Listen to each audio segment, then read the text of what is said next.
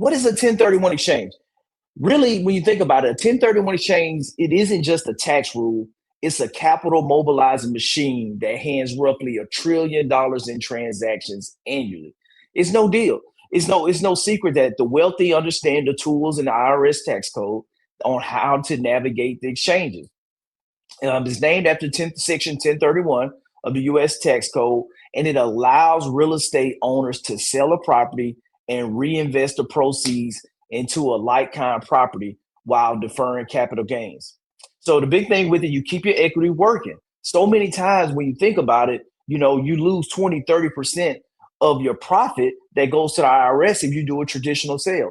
So this allows you to keep your equity working. When you look at the 1031 exchange, the number one thing with it, you're deferring taxes, which allows you to keep that 20 to 30% that you would pay in taxes.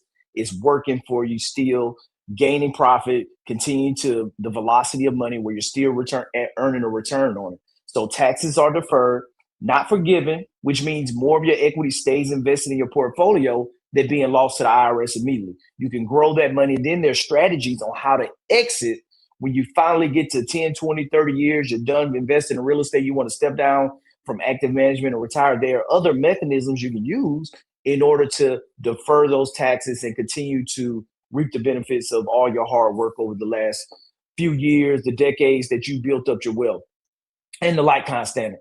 The thing with the 1031 exchange, that one of the nuances with that is the replacement property must also be held for investment purposes. But the big thing when you look at the data and diving in 2025 alone, you had almost 1/3 of all single family home purchases, the highest in the last 5 years, overall sales that were due to persistent and reduction in interest rates. And when you look at that when you look at real estate investors and how much of the activity that we know with high interest rates, that the normal buyer for a family hasn't been purchasing homes. Right now, the first time home buyer age is around 40 years old. I'm going to say that again. The first time home buyer age in the United States is roughly 40 years old. So if you come out of college 23 years old, it's going to take you 17 years of saving and investing before you can own your own home.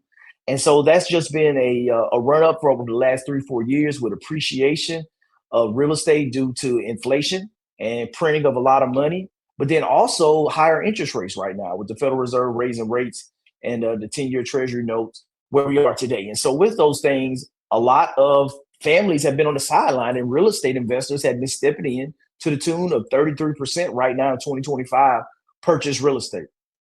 So meanwhile, when you look at the 1031 exchanges, for how investors tax efficiently buy real estate, over $1 trillion in annual transaction volume, a lot of transactions that are happening.